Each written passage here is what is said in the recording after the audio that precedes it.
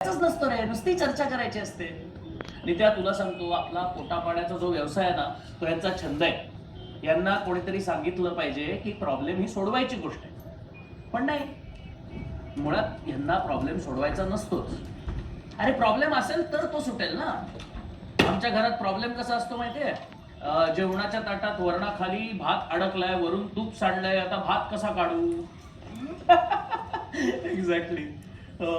आणि तुला आणखी एक गंमत सांगू का, मी आता अशा कुचळक्या करत बसलो ना, त्यातला बराचसा भाग माझे वडील आणि माझी बायको मागे उभं राहून चोरून ऐकतायत.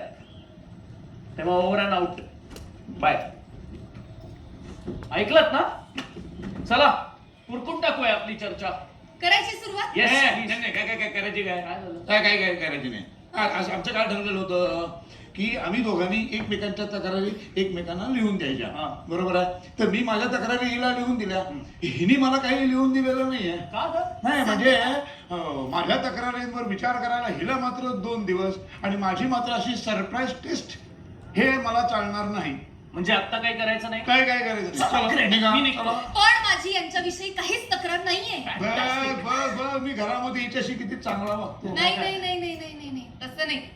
यांच्या तक्रारी वाचल्यावर माझ्या लक्षात आलं की मला वेगळ्या तक्रारी लिहून द्यायची गरज नाहीये. कसं ते सांगते. आपण माझे एकूण 36 तक्रारी लिहिल्या. 36? हो. रात्रभर चालेल आपली मॅच. आणि तसं होऊ नये म्हणून मी या तक्रारींचे 3 गट केलेत. गट? हा. त्यातला पहिला गट आहे कोकरू गट. कोकरू म्हणजे? कळेल, आधी तक्रारी तर वाचू दे. सकाळी दूधवाल्याने बेल वाजवली की दार उघडायला भक्ती उठत नाही, राहुलला उठावं लागतं. सकाळचा चहा अंडी उकडणं राहुलच करतो, अंथरूण घालणं काढणं राहुललाच करावं लागतं. अरे म्हणजे काय, तुझे कपडे लॉन्ड्रीत गेले आहेत की नाही याकडे बरेचदा लक्ष नसतं माझं. किंवा मी उशिरा आले किंवा पेपर तपासत बसले तर तुझं तुला वाढून घ्यावं लागतं. मग हे भक्तीमुळे राहुलला भक्तीमुळे आणखी 5-6 तक्रारी आहेत. तर ह्या सगळ्या तक्रारी मी कोकरू गटात घेतल्या. ओके. यावर तुझं काय म्हणणं आहे? उगाच विचार केल्यासारखं दाखवू नकोस. हे विचार नाही करत आहे, खास सुटली म्हणून डोकं खाजवतोय फक्त. नाही पण ह्यातली एक तरी तक्रार खोटी आहे का? नाही आबा, हे खोटं आहे असं म्हणतच नाहीये मी. मग झालं तर हे सगळं खरंच आहे. पण यावर तुझी काही तक्रार आहे का राहुल? अरे बोल ना, आता बोल. आता काय तरी काय तुला पासवर्ड घातलाय?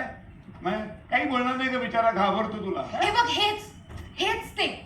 अरे ह्यांचं तसं नाही. हल्लीच्या प्रत्येक बापाची अशी एक ठाम समजूत असते की आपला मुलगा म्हणजे एका डेंजर बाईच्या हातात सापडलेलं गरीब बिचारा कोकरू आहे आणि ती डेंजर बाई त्या कोकराला भयंकर छळत असते. एकदा का ही समजूत पक्की झाली ना की मग मुलाने घरात काहीही काम केलं की यांना काय वाटतं, ही डेंजर बाई ह्या कोकराला छळतीये.